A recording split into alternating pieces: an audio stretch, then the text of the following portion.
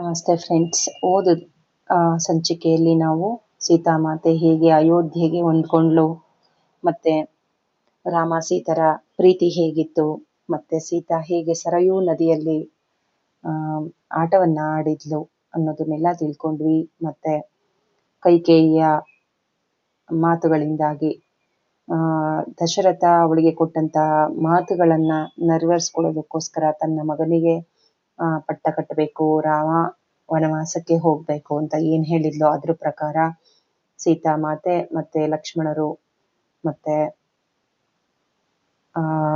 ರಾಮ ಮೂವರು ಅರಣ್ಯವಾಸಕ್ಕೆ ಹೋಗಿದ್ದಾರೆ.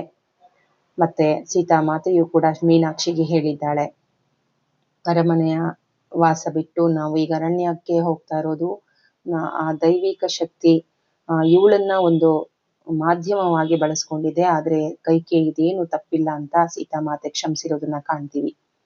ಈಗ ಸೀತಾಮಾತೆ ಹೋಗಿದ್ದಾಳೆ, ಆದರೆ 4 ಜನ ಸೇವಕಿಯರು ಇಲ್ಲಿ ಅಯೋಧ್ಯೆಯಲ್ಲಿ ನೆಲೆಸಿದ್ದಾರೆ. ಆದ್ರೆ ನನ್ನ ಕೊನೆಯ ಜೀವನ, ನನ್ನ ಕೊನೆಯ ಕ್ಷಣವನ್ನ ನಾನು ಹೇಗೆ ಕಳೆದೆ ಅನ್ನೋದನ್ನ ಮೀನಾಕ್ಷಿ ಇಲ್ಲಿ ಹೇಳ್ತಾ ಇದ್ದಾಳೆ. ಅಂದ್ರೆ ಅಯೋಧ್ಯೆಯಲ್ಲಿ ಮರಣ ಹೊಂದುವಂತ ಮೀನಾಕ್ಷಿ ಬಗ್ಗೆ ಹೇಳ್ಕೊತಾ ಇದ್ದಾಳೆ. ಹೊಸ ವಾಸ್ತವಿಕತೆಗೆ ಅಂದ್ರೆ ಇಲ್ಲಿ ಸೀತಾಮಾತೆ ಅವರನ್ನೆಲ್ಲರನ್ನ ಬಿಟ್ಟು ಅರಮನೆಯಲ್ಲಿ 4 ಜನ ಸೇವಕಿಯರನ್ನ ಬಿಟ್ಟು ಅವಳು ಅರಮನೆಯಿಂದ ಅರಣ್ಯಕ್ಕೆ ಶ್ರೀರಾಮ ಲಕ್ಷ್ಮಣರ ಜೊತೆ ಹೋಗಿದ್ದಾಳೆ. ಅದಕ್ಕೆ ಅಯೋಧ್ಯೆಯಲ್ಲಿ ಹೊಂದ್ಕೊಳ್ಳೋದಕ್ಕೆ, ಆ ವಾಸ್ತವತೆಗೆ ಹೊಂದ್ಕೊಳ್ಳೋದಕ್ಕೆ ನಮ್ಗೆ ಸಮಯ ಹಿಡಿತು. ಸೋಮ ಒಬ್ಳೆ ನಮ್ಮ ಚಟುವಟಿಕೆಗಳಲ್ಲಿ ನಮಗೆ ಹೆಚ್ಚಿನ ಸೂಚನೆಗಳನ್ನ ನೀಡೋದಕ್ಕೆ ಉಪಸ್ಥಿತಿ ಹೊಂದಿದವಳಾಗಿದ್ಲು. ಪವಿತ್ರ ಜ್ಯೋತಿಯನ್ನ ನಾವು ಕಾಳಜಿ ವಹಿಸ್ತಾ ಇದ್ವಿ. ಮತ್ತೆ ಅವಳು ನಮಗೆಲ್ಲ ಒಂದು ಸಮಯವನ್ನ ವಿಭಜನೆ ಮಾಡಿ ಜವಾಬ್ದಾರಿಯನ್ನ ಕೊಟ್ಟಿದ್ಲು. ಅಂದಿನಿಂದ ದಿನಕ್ಕೆ ಮಾತೆಯ ವೇಷಭೂಷಣವನ್ನ ಯಾರು ಸಿದ್ಧ ಮಾಡ್ಬೇಕು, ಅವಳ ಕಕ್ಷವನ್ನ ಯಾರು ಸ್ವಚ್ಛಗೊಳಿಸ್ಬೇಕು, ಹೂದಾನಿಗಳಲ್ಲಿ ಹೂಗಳನ್ನ ಯಾರಿಡ್ಬೇಕು, ಯಾವ ಹೂಗಳನ್ನ ಇಡ್ಬೇಕು, ಮಾತೆಯು ಪ್ರತಿಯೊಂದು ದಿನವೂ ನಿರ್ವಹಿಸ್ತಾ ಇದ್ದ ಪೂಜೆಗೆ ಯಾರು ಸಹಾಯ ಮಾಡ್ಬೇಕು ಎಂಬುದೆಲ್ಲವನ್ನ ಅವಳು ಸೋಮ ನಿರ್ಧರಿಸ್ತಾ ಇದ್ಲು. ಈ ರೀತಿಯಾಗಿ ಮಾತೆಯ ಉಪಸ್ಥಿತಿ ಅಲ್ಲಿರೋದನ್ನ ನಮ್ಮ ಮುಂದಿಗೆ ಇರಿಸುವುದಕ್ಕೆ ನಾವು ಈ ಎಲ್ಲ ಕೆಲಸವನ್ನ ಮಾಡ್ತಾ ಇದ್ವಿ. ಮಾತೆ ಅಲ್ಲಿದ್ದಾಳೆ ಅಂತ ಅನ್ಕೊಂಡು ನಾವೆಲ್ಲ ಕೆಲಸ ಮಾಡ್ತಾ ಇದ್ವಿ. ಅದರೊಂದಿಗೆ ಅವಳು ನಮ್ಗೆ ವಹಿಸಿಕೊಟ್ಟಂತಹ ಹೊಸ ಕರ್ತವ್ಯವನ್ನ ಮನಸ್ಫೂರ್ತಿಯಾಗಿ ನಾವೆಲ್ಲರೂ ಮುಂದುವರಿಸಿದ್ವು. ಮತ್ತು ಕೌಸಲ್ಯ ಮಾತೆಯನ್ನ ಸೀತಾಮಾತೆ ಸೋಮನಿಗೆ ನೋಡ್ಕೊಳ್ಳೋದಕ್ಕೆ ಹೇಳಿ ಹೋಗಿರೋದ್ರಿಂದಾಗಿ, ಸೇವೆಯ ಮಾಡು ಅಂತ ಹೇಳಿರೋದ್ರಿಂದಾಗಿ ಕೌಸಲ್ಯ ಮಾತೆಗೆ ಅದೆಷ್ಟೋ ನೋವಿನ ಸಮಯದಲ್ಲಿ ಸಮಾಧಾನವನ್ನ ಸೋಮ ತಂದ್ಲು. ಮತ್ತು ನಾನು ಕೂಡ ಕೈಕೇಯಿ ಅವ್ರಿಗೆ ಮಾತೆ ಏನ್ ಹೇಳಿದ್ಲು ಅದೇ ರೀತಿ ಮಾಡೋದಕ್ಕೆ ಪ್ರಯತ್ನ ಮಾಡಿದೆ. ಅದು ಬಹುಶಃ ನನ್ನ ಜೀವನದ ಮಹಾ ಕಠಿಣ ಕಾರ್ಯವಾಗಿತ್ತು. ಏಕೆಂದ್ರೆ ಅದು ನಾನು ಅವಳ ಕುರಿತು ದೊಡ್ಡ ಅಸಮಾಧಾನ ಹೊಂದಿದ್ದೆ. ಅದನ್ನ ನಾನು ಅಲ್ಗಳೆಯೋದಕ್ಕೆ ಸಾಧ್ಯ ಇಲ್ಲ. ನನ್ನೊಳಗೆ ಒಂದು ಸಹಾನುಭೂತಿ ನೀರು ಹರಿಯೋದಕ್ಕೆ ಹಲವಾರು ತಿಂಗಳುಗಳು, ವಾರಗಳು ಬೇಕಾಯ್ತು. ಮಹಾರಾಣಿಯ ಮನಸ್ಸು ತಿರುಚಿದ ಕಾರಣಕ್ಕೆ ಅವಳ ದೀರ್ಘಕಾಲದ ಸೇವಕಿಯನ್ನ ಗಡಿಪಾರು ಮಾಡಲಾಯಿತು. ಮತ್ತು ಅವಳ ಸಮೀಪ ಬೇರೆ ಯಾವ ಸೇವಕಿಯರೂ ಬರಲಿಲ್ಲ.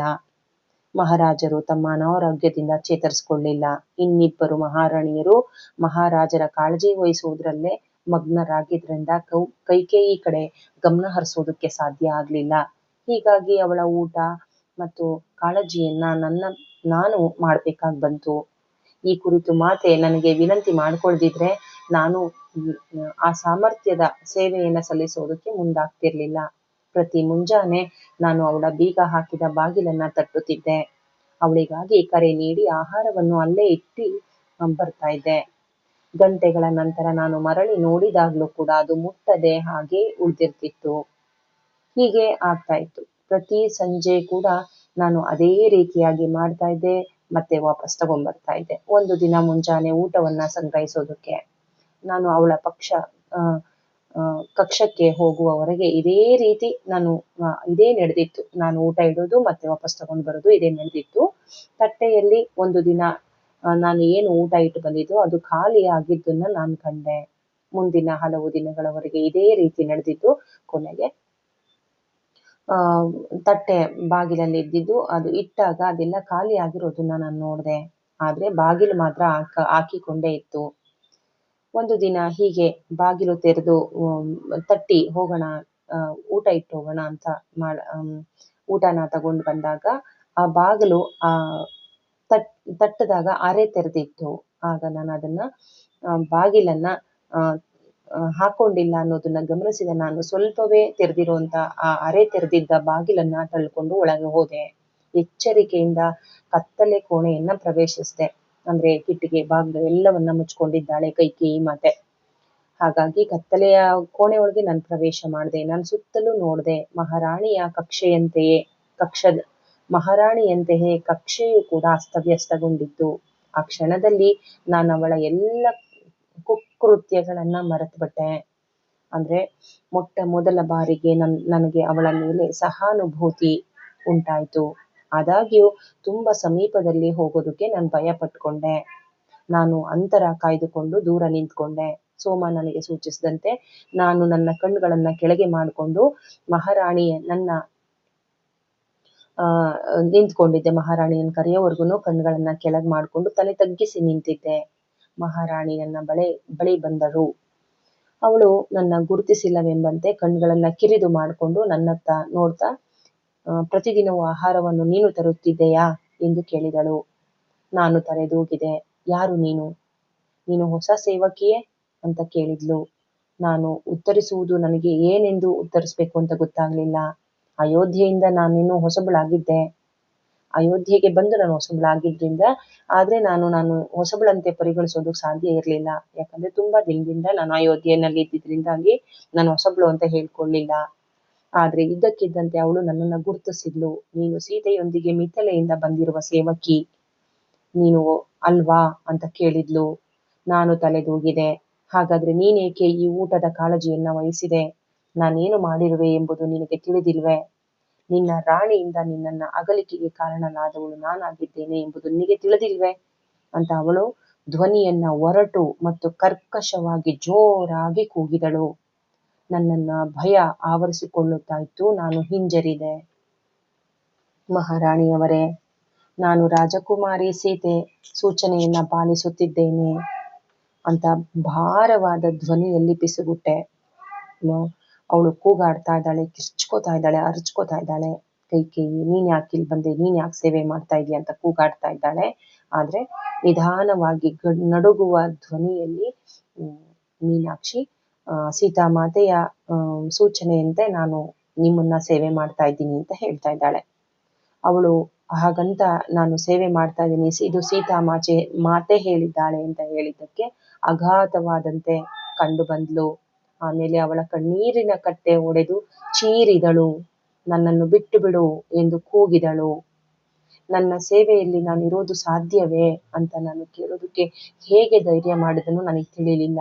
ಆದ್ರೆ ನನ್ನ ಬಾಯಿಂದ ಇಷ್ಟೇ ಶಬ್ದ ಬಂದವು. ಮಹಾರಾಣಿಯವರೇ, ನಿಮ್ಮ ಕಕ್ಷವನ್ನ ಸ್ವಚ್ಛಗೊಳಿಸಲು, ನಿಮಗೆ ಸ್ನಾನ ಮಾಡಿಸಲು, ನಿಮ್ಮ ವೇಷಭೂಷಣಕ್ಕೆ ಸಹಾಯ ಮಾಡಲು ನನಗೆ ಅವಕಾಶ ನೀಡಿ. ಅವಳು ಸಂಪೂರ್ಣವಾಗಿ ಅಸ್ತವ್ಯಸ್ತಗೊಂಡಿದ್ದಳು ಮತ್ತು ಕಕ್ಷ ಕೂಡ ಸದಾಕಾಲ ಮುಚ್ಚಿದ ಕಾರಣದಿಂದ ಭಯಂಕರ ದುರ್ಗಂಧ ತುಂಬಿತ್ತು. ಆದರೆ ಅವಳು ಮತ್ತೊಮ್ಮೆ ನನ್ನನ್ನು ಬಿಟ್ಟು ಬಿಡು ಅಂತ ಕಿರ್ಚ್ಕೊಂಡು ಕೂಗ್ಬಿಟ್ಲು. ಹಾಗಾಗಿ ನಾನು ಆ ತಕ್ಷಣವೇ ಅಲ್ಲಿಂದ ಮರಳಿ ಬಂದೆ. ಮೀನಾಕ್ಷಿ ತುಂಬಾ ಭಯಗೊಂಡು ಗಡಗಡ ಅಂತ ನಡುಗ್ತಾ ಇದ್ದಾಳೆ. ಮತ್ತೆ ಹೊರಗಡೆ ಬಂದು ನಾನೇನು ಅನುಭವಿಸಿದನು ಅದರಿಂದ ನನ್ನ ನರಗಳು ಜೋಮು ಹಿಡಿದಿದ್ವು. ನಲುಗಿ ಹೋದೆನು. ಲಘು ಬಗೆಯಿಂದ ನಾನು ಮಾತೆಯ ಪವಿತ್ರ ಜ್ವಾಲೆಯ ಹತ್ತಿರ ಹೋದೆ. ಮಾತೆ, ನಾನು ಪ್ರಯತ್ನಿಸುತ್ತಿದ್ದೇನೆ. ನಾನು ಅವಳಿಗಾಗಿ ಮಾತೆ ಹತ್ರ ನಾನು ಪಿಸುಗುಟ್ಟೆ. ನಾನು ಪ್ರಯತ್ನ ಮಾಡ್ತಾ ಇದ್ದೀನಿ ಅಂತ ಪಿಸುಗುಟ್ಟೆ. ತುಂಬಾ ಹೆದರೋಗ್ಬಿಟ್ಟಿದ್ದಾಳೆ. ಹುಚ್ಚಿ ತರ ಆಡ್ತಾ ಇದ್ದಾಳೆ ಕೈಕೇಯಿ. ನೀನ್ ಯಾಕೆ ಇಲ್ಲಿ ಬಂದೆ? ನೀನ್ ಯಾಕೆ ನನಗೆ ಸೇವೆ ಮಾಡ್ತಾ ಇದೀಯ ಅಂತ ಕೂಗ್ತಾ ಇದ್ದಾಳೆ. ನನ್ನಿಂದ ಸಾಧ್ಯವಾದಷ್ಟು ಉತ್ತಮವಾದದ್ದನ್ನ ಮಾಡಲು ಪ್ರಯತ್ನಿಸುತ್ತಿದ್ದೇನೆ ಮಾತೆ. ದೀಪದ ಮುಂದೆ ನಿಂತು ಮಾತಾಡ್ತಾ ಇದ್ದಾಳೆ. ಆದ್ರೆ ಅವಳು ನನಗೆ ಯಾವ ರೀತಿಯ ಸೇವೆ ಮಾಡೋದಕ್ಕೂ ಹತ್ರ ನನ್ನನ್ನ ಬಿಡ್ತಾ ಇಲ್ಲ. ನಾನು ಅವಳನ್ನ ತಲುಪಲು ಆಗ್ತಾ ಇಲ್ಲ ಅಂತ ಕಣ್ಣೀರನ್ನ ಸುರಿಸ್ತಾ ಇದ್ದಾಳೆ ದೀಪದ ಮುಂದೆ ಮೀನಾಕ್ಷಿ. ತಕ್ಷಣವೇ ಆಗ ಸೋಮ ಪ್ರಶಾಂತವಾದ ಧ್ವನಿ ಬರ್ತಾ ಇರೋದನ್ನ ನಾನು ಕೇಳಿದೆ. ನೀನು ಮಾತೆಯ ಆಶಯವನ್ನ ಪೂರೈಸ್ತಾ ಇದೀಯಾ, ಅದು ನಿನ್ನ ಕರ್ತವ್ಯ ಅಂತ ನೀನ್ ಮಾಡು ಅಂತ ಸೋಮ ಹೇಳ್ತಾ ಇದ್ದಾಳೆ ಮೀನಾಕ್ಷಿಗೆ. ಅವಳು ಅದಮಳು.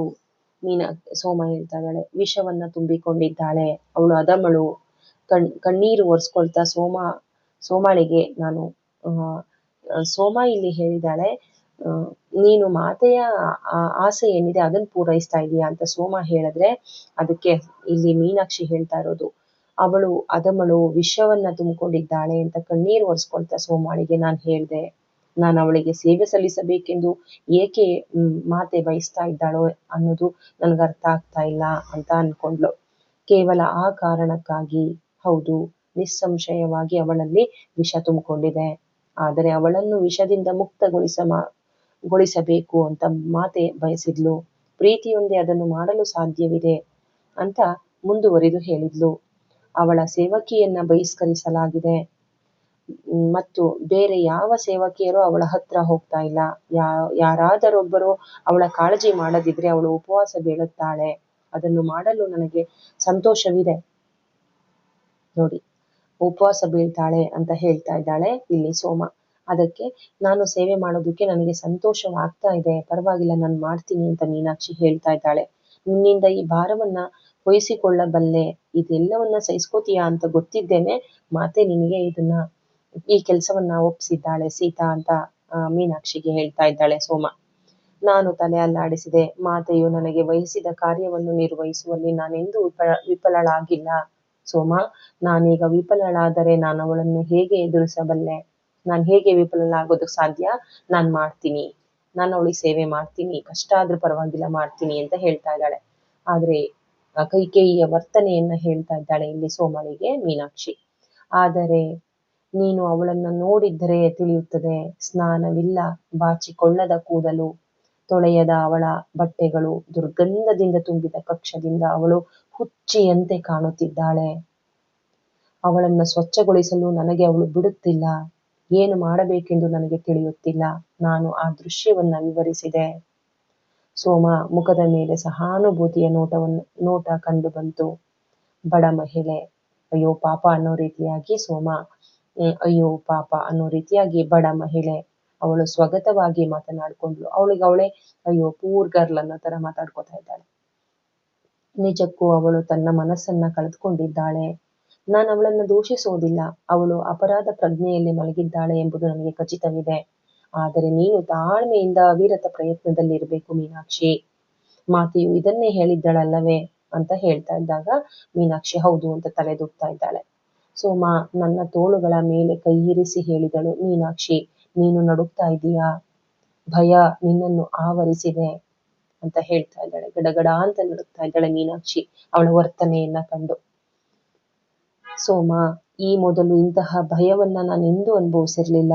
ನಾನು ಹೊಳೆಯಲ್ಲಿ ಸೆಳೆದುಕೊಂಡು ಹೋಗುತ್ತಿರುವಾಗ್ಲೂ ಕೂಡ ನಾನು ಇಂತಹ ಭಯ ಅನುಭವಿಸಿರ್ಲಿಲ್ಲ. ಆಗ ನಾನು ಪ್ರಾಣ ಬಿಡಲು ಸಿದ್ಧಳಾಗಿದ್ದೆ. ಆದರೆ ಈ ಅನುಭವ ಈ ಮೊದಲು ನನಗೆಂದೂ ಆಗಿರ್ಲಿಲ್ಲ. ಆ ಕೋಣೆಯಲ್ಲಿ ಒಂದು ಕತ್ತಲೆ ಇದೆ. ಆ ಕತ್ತಲೆಯು ನನ್ನನ್ನು ಹೆದರಿಸುತ್ತದೆ. ಅದಕ್ಕೆ ಸೋಮ ಹೇಳ್ತಾ ಇದ್ದಾಳೆ, ಕತ್ತಲೆ ಈಗ ಅದು ಅರಮನೆಯ ಮೂಲಕ ಹಾದು ಹೋಗುವ ಕತ್ತಲೆಯಾಗಿದೆ. ಏಕೆಂದರೆ ಅದು ಸೃಷ್ಟಿಸಲ್ಪಟ್ಟಿದೆ. ಆದರೆ ನಾವೆಲ್ಲರೂ ಅದನ್ನು ತಡೆಯಬೇಕು. ಅವಳು ಸ್ವಲ್ಪ ತಡೆದು ನಿಂತು ಆಮೇಲೆ ಹೇಳಿದಳು, ಕೊನೆಯ ರಾತ್ರಿ ನೀನು ಮತ್ತು ಇತರರು ಮಾತೆಯನ್ನು ಬಿಟ್ಟ ಮೇಲೆ ಅವರು ಸೂಚನೆಯನ್ನು ನೀಡಲು ಸಾಧ್ಯವಾಗಲಿ ಎಂದು ಸ್ವಲ್ಪ ಹೊತ್ತಿನವರೆಗೆ ನಾನು ಅವಳೊಂದಿಗೆ ಇದ್ದೆನು. ಬಿಡುವ ಮುನ್ನ ಮುಂದೆ ಏನಿದೆ ಎಂಬುದರ ಭಯವಿದೆಯೇ ಎಂದು ನಾನು ಅವರನ್ನು ಕೇಳಿದೆನು. ಆಗ ಮಾತೆಯು ಏನು ಹೇಳಿದಳು ಗೊತ್ತೇ? ನಾನು ತಲೆ ಅಲ್ಲಾಡಿಸಿದೆ. ಇವು ಅವಳ ಮಾತುಗಳಾಗಿವೆ. ನಾನೆಂದೂ ಇವುಗಳನ್ನ ಮರೆಯೋದಿಲ್ಲ. ಸೋಮ ಏನ್ ಹೇಳಿದಾಳೆ ಅನ್ನೋದನ್ನ ಹೇಳ್ತಾ ಇದ್ದಾಳೆ. ಈ ಮಾನವನ ದೇಹವು ಭಯ ಮತ್ತು ಕಷ್ಟಾನುಭವಗಳನ್ನು ತಿಳಿಯುತ್ತದೆ. ಆದರೆ ಅದು ಸಾಮರ್ಥ್ಯ, ಧೈರ್ಯ ಮತ್ತು ಮನೋನಿಶ್ಚಯವನ್ನ ತಿಳಿಸುತ್ತದೆ ಮತ್ತು ಅದು ತಾನು ಎದುರಿಸಿದ ಎಲ್ಲ ಅಡೆತಡೆಗಳನ್ನ ಜಯಿಸುತ್ತದೆ ಅಂತ ಹೇಳಿದ್ಲು. ಮತ್ತೆ ಪಿತಾಜಿ ಹಾಗೂ ನನ್ನ ಆಶೀರ್ವದಿಸಿದ ಋಷಿಗಳಿಂದ ನಾನು ಪಡೆದುಕೊಂಡ ಎಲ್ಲ ಜ್ಞಾನವನ್ನ ಉಪಯೋಗಕ್ಕೆ ತರುವ ಸಮಯವಾಗಿದೆ. ಈ ಮಾತುಗಳು ನನ್ನ ನಡುಕವನ್ನ ನಿಲ್ಲಿಸಿದ್ವು. ನಾನು ಭಯದಿಂದ ಸ್ವಲ್ಪ ಹೊರಗೆ ಬರೋದಕ್ಕೆ ಸಾಧ್ಯ ಆಯ್ತು ಸೀತಾಮಾತೆಯ ಮಾತುಗಳು ಅಂತ ಹೇಳ್ತಾ ಇದ್ದಾಳೆ. ಆಮೇಲೆ ಸೋಮ ಹೇಳಿದ್ಲು, ನಾವು ಕೂಡ ಜನಕ ಬಾಬಾ ಅವರಿಂದ ಆಶೀರ್ವದಿಸಲ್ಪಟ್ಟಿದ್ದೇವೆ. ಆದ್ರಿಂದ ನಾವು ಕೊನೆಯ ಆಶೀರ್ವಾದವು ನಿನಗೆ ನೆನಪಿಲ್ವೇ? ನನ್ನ ಸುರಕ್ಷಿತವಾಗಿಡಲು ಅದೊಂದೇ ಸಾಕು. ನೀನು ಚೆನ್ನಾಗಿರುವಂತ ಏನು ಆಶೀರ್ವಾದ ಮಾಡಿದ್ರೋ ಅದು ನಮ್ಗೆ ಯಾವುದೇ ಭಯ ಪಡೋದಕ್ಕೆ ಕಾರಣನೇ ಇಲ್ಲ, ನಮ್ಗೇನು ಆಗಲ್ಲ ಅಂತ ಸೋಮ ಇಲ್ಲಿ ಮೀನಾಕ್ಷಿಗೆ ಧೈರ್ಯ ತುಂಬ್ತಾ ಇದ್ದಾಳೆ. ಹೀಗಾಗಿ ನಾನು ಊಟ ತರುವುದನ್ನ ಮುಂದುವರಿಸಿದೆ. ಕೈಕೇಯಿ ಮಾತೆಗೆ ಊಟ ತಗೊಂಡು ಹೋಗ್ತಾ ಇದ್ದಾಳೆ. ಬಾಗಿಲ ಒಳಗಿಂದ ಹಾಕಿಕೊಂಡಿದ್ರೆ ನಾನು ಬಾಗಿಲ ಹೊರಗಡೆಯೇ ಊಟವನ್ನ ಇಡ್ತಾ ಇದ್ದೆ. ಒಂದು ದಿನ ಅದು ಸ್ವಲ್ಪವೇ ಅರೆ ತೆರೆದ್ರಿಂದ ನಾನು ಒಳಗೆ ಪ್ರವೇಶಿಸಿ ಅವರ ಮೇಜಿನ ಮೇಲೆ ಇಡುತ್ತಿದ್ದೆ. ದಿನಗಳು ಉರುಳಿದವು. ನಾನೊಂದು ದಿನ ಪ್ರವೇಶಿಸಿದಾಗ ಅವಳು ನನ್ನೊಂದಿಗೆ ಮಾತನಾಡಿದಳು. ನೀನೀಗ ಕೋಣೆಯನ್ನ ಸ್ವಚ್ಛಗೊಳಿಸಬಹುದು ಎಂದು ಹೇಳಿದಳು. ನಾನು ಅವಳ ಕಡೆ ನೋಡಿದೆನು. ಅವಳಿಗೆ ಪ್ರಜ್ಞೆ ಮರಳಿ ಬಂದಿರುವುದು ನನಗೆ ಕಂಡು ಬಂತು. ಅವಳ ಉಪಸ್ಥಿತಿಯಲ್ಲಿ ನನಗೆ ಬಹಳ ಪುಕ್ಕಲತನ ಅನುಭವವಾಯಿತು ಎಂಬುದನ್ನು ನಾನು ಅಲ್ಲಗಳೆಯಲು ಸಾಧ್ಯವಿಲ್ಲ. ಮಹಾರಾಣಿಯವರೇ, ನಾನು ನಿಮಗೆ ಸ್ನಾನ ಮಾಡಿಸಬಹುದೇ ಅಂತ ಕೇಳಿದೆ. ಅವಳು ತಲೆದೂಗಿದಳು. ಹೀಗಾಗಿ ನಮ್ಮಿಬ್ಬರ ನಡುವೆ ಕೆಲವೇ ಮಾತುಗಳು ನಡೆದಾಗ್ಯೂ ನಾನು ಅವಳಿಗೆ ಸೇವೆ ಸಲ್ಲಿಸುವ ಕಾರ್ಯ ಆರಂಭವಾಯಿತು. ಕೆಲವು ತಿಂಗಳುಗಳ ನಂತರ ಮಹಾರಾಣಿ ಕೈಕೇಯಿಯ ಕಾಳಜಿ ವಹಿಸಲು ನಿಯೋಜಿಸಿತಗೊಂಡಂತಹ ಹೊಸ ಸೇವಕಿಯನ್ನ ಅರಮನೆಗೆ ಕರೆತರಲಾಯಿತು. ನನ್ನನ್ನು ಈ ಭಾರದಿಂದ ಮುಕ್ತಗೊಳಿಸಿದ್ರು. ಸೋಮ ನನಗೆ ಸಮಾಚಾರ ಹೇಳಲು ಬಂದಳು. ಇನ್ನೊಬ್ಳು ಹೊಸ ಸೇವಕಿ ಬಂದಿದ್ದಾಳೆ, ಇನ್ಮೇಲೆ ನೀನು ಕೈಕೇಯಿಗೆ ಸೇವೆ ಮಾಡೋ ಅವಶ್ಯಕತೆ ಇಲ್ಲ ಅನ್ನೋದನ್ನ ಹೇಳೋಕ್ ಬಂದ್ಲು ಸೋಮ. ಇನ್ನು ಮೇಲೆ ಅಲ್ಲಿ ನನ್ನ ಅಗತ್ಯವಿಲ್ವೇ ಅಂತ ನನಗೆ ಒಂಥರ ಸಂಕೋಚ ಧ್ವನಿಯಲ್ಲಿ ಕೇಳ್ದೆ. ಸೋಮ ಹೇಳ್ತಾ ಇದ್ದಾಳೆ, ಇಲ್ಲ ಅಂತ ಹೇಳ್ಬಿಟ್ಟು ಮೀನಾಕ್ಷಿ ಕಡೆ ತಿರುಗ್ಬಿಟ್ಟು, ನಿನಗೆ ಸಂತೋಷವಾಗ್ಬೋದು ಅವಳ ಸೇವೆ ಮಾಡೋದಕ್ಕೆ, ಇನ್ನ ನಿಯೋಜನೆ ಮಾಡಿಲ್ಲ ನಿನ್ನನ್ನ ಅಂತ ಸಂತೋಷ ಪಡ್ಬೋದು ಅಂತ ನಾನು ಅನ್ಕೊಂಡಿದ್ರೆ, ನಿನ್ನಲ್ಲಿ ಅವಳ ಬಗ್ಗೆ ಒಂದು ಪ್ರೀತಿ ಉಂಟಾಗಿದೆ ಅಲ್ವಾ ಮೀನಾಕ್ಷಿ ಅಂತ ಕೇಳ್ತಾ ಇದ್ದಾಳೆ ಸೋಮ. ನಾನು ತಲೆ ಅಲ್ಲಾಡಿಸಿದೆ, ಇಲ್ಲ ಅಂತ.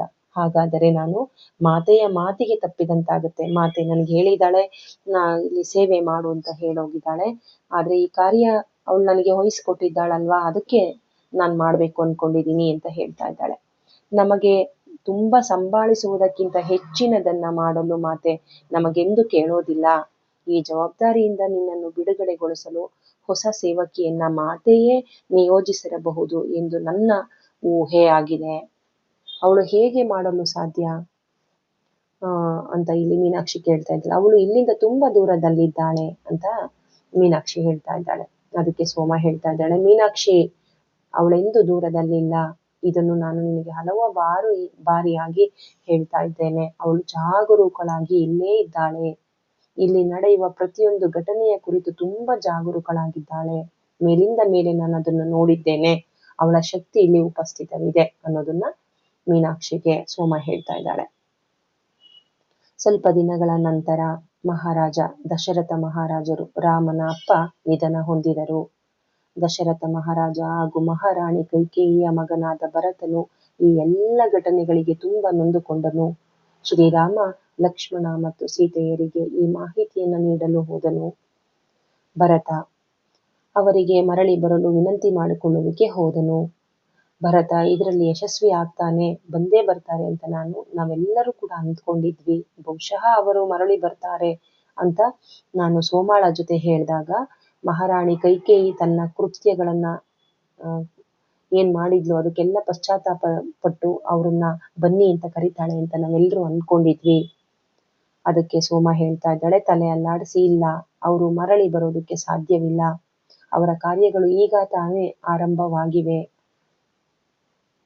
ಬರಲ್ಲ ಅಂತ ಇಲ್ಲಿ ಸೋಮ ಹೇಳ್ತಾ ಇದ್ದಾಳೆ. ಭರತನು ಅರಣ್ಯದಿಂದ ಒಬ್ಬನೇ ಮರಳಿ ಬಂದಾಗ ಅರಮನೆಯಲ್ಲಿ ಪುನಃ ದುಃಖ ಆವರಿಸಿಕೊಂಡಿತು. ಇಡೀ ಮನೆಯಲ್ಲಿ ಕೇವಲ ಸೋಮನ ಮುಖ ಮಾತ್ರ ಮುಗುಳ್ನಗೆಯಿಂದ ತುಂಬಿತು. ಎಲ್ಲರೂ ಬೇಸರದಿಂದ ಅವ್ರು ಬಂದಿಲ್ಲ ಅಂತ ಬೇಜಾರು ಮಾಡ್ಕೋತಾ ಇದ್ರೆ, ಸೋಮ ಮಾತ್ರ ಅವರ ಕಾರ್ಯಗಳು ಈಗ ಪ್ರಾರಂಭವಾಗಿದೆ ಅಂತ ಸಂತೋಷ ಪಡ್ತಾ ಇದ್ದಾಳೆ. ಸೋಮ ಭರತನು ಅವರು ಮರಳಿ ಕರೆದುಕೊಂಡು ಬರಲು ವಿಫಲನಾದಾಗ್ಯೂ ನೀನು ಮುಗುಳ್ನಗ್ತಾ ಇರೋದಕ್ಕೆ ಹೇಗೆ ಸಾಧ್ಯವಿದೆ ಅಂತ ನಾನು ಅವಳನ್ನ ಕೇಳ್ದೆ.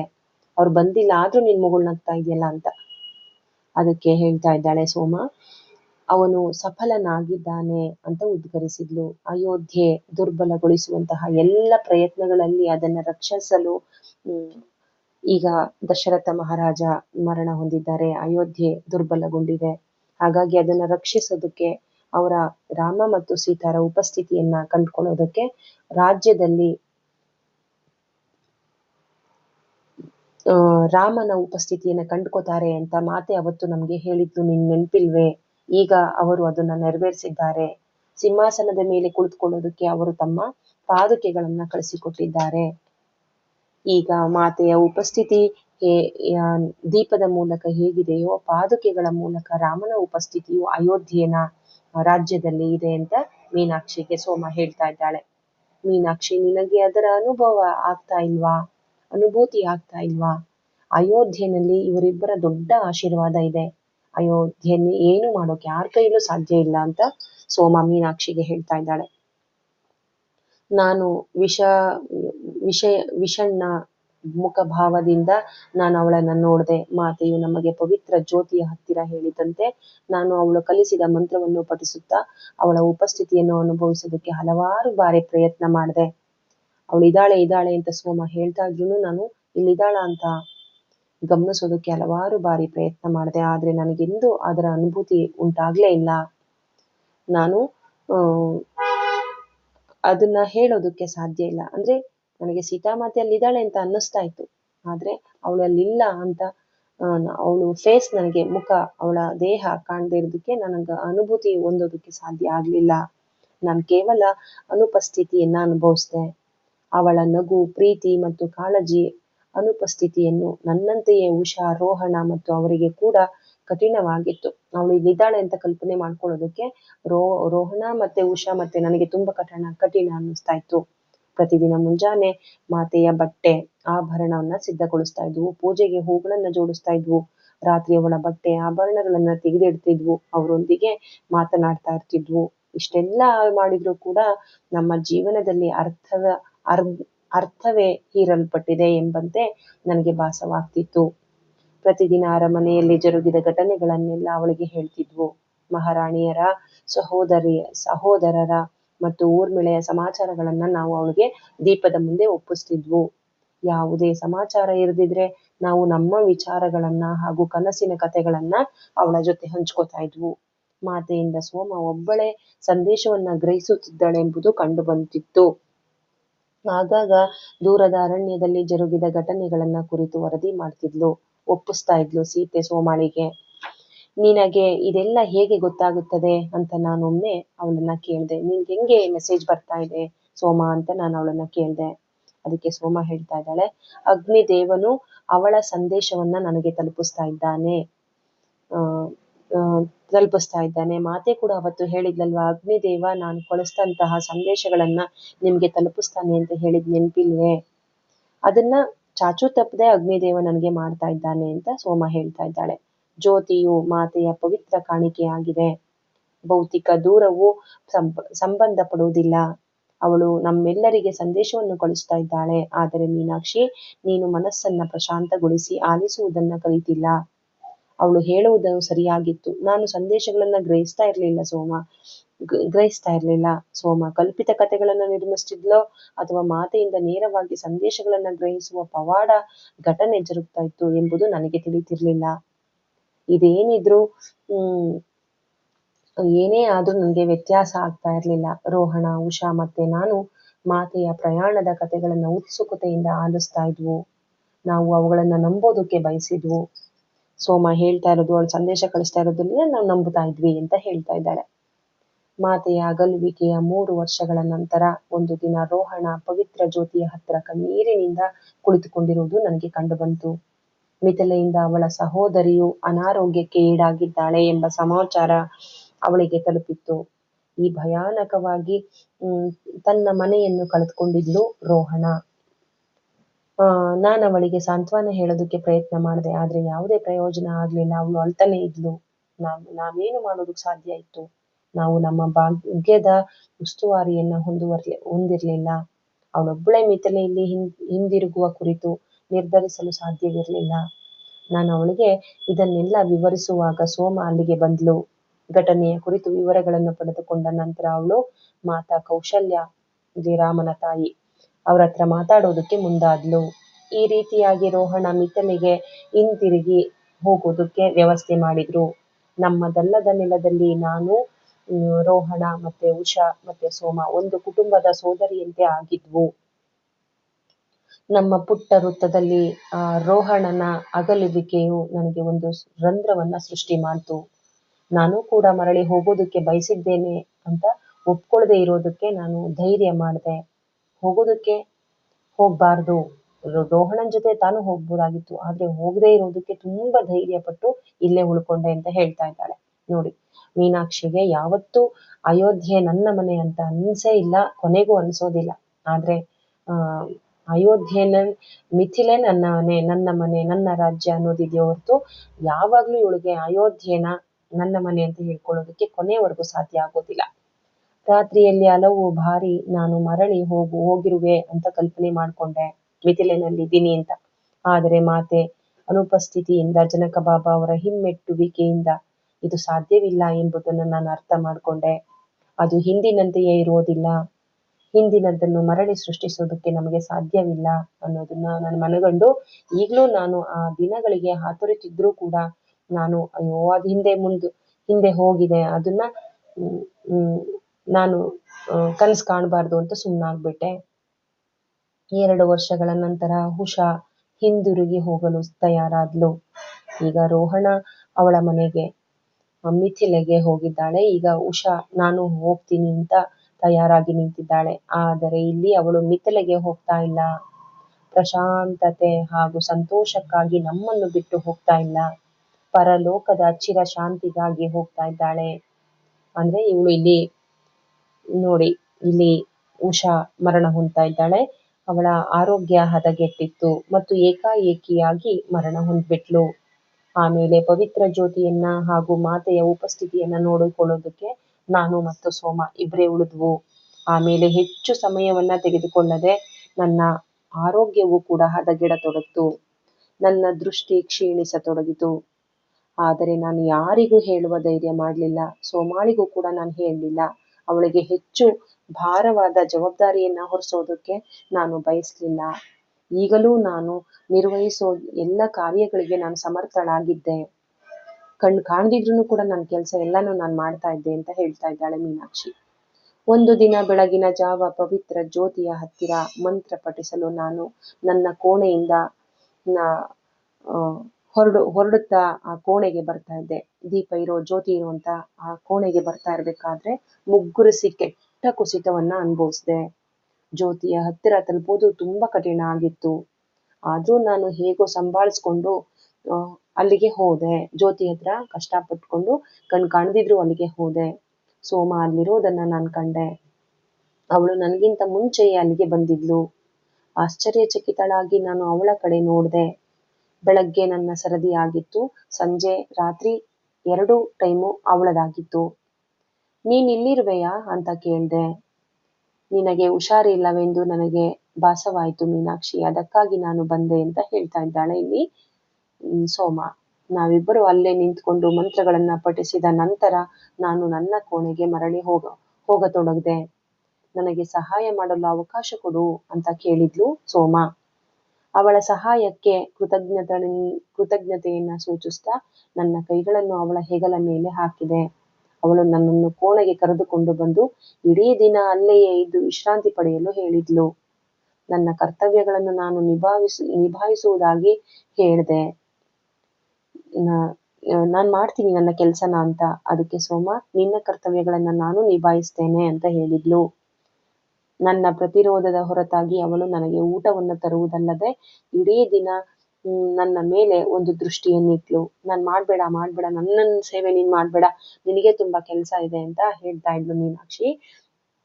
ನಾನು ಎಷ್ಟೇ ಹೇಳಿದ್ರು ಸೋಮ ಪ್ರತಿರೋಧವನ್ನ ಒಡ್ಡಿ ಎಲ್ಲಾ ಕೆಲ್ಸವನ್ನ ಅವಳೇ ಮಾಡ್ತಾ ಇದ್ಲು. ಆ ದಿನ ಸಂಜೆ ಅವಳು ನನ್ನೊಂದಿಗೆ ಕುಳಿತುಕೊಳ್ಳಲು ಬಂದ್ಲು. ಮೀನಾಕ್ಷಿ, ನೀನು ನಿನ್ನ ದೃಷ್ಟಿಯನ್ನ ಕಳೆದುಕೊಳ್ಳುತ್ತಿರುವೆ ಹೌದು ತಾನೆ ಎಂದು ಕೇಳಿದಳು. ನಾನದಕ್ಕೆ ತಲೆದೂಗಿದೆ.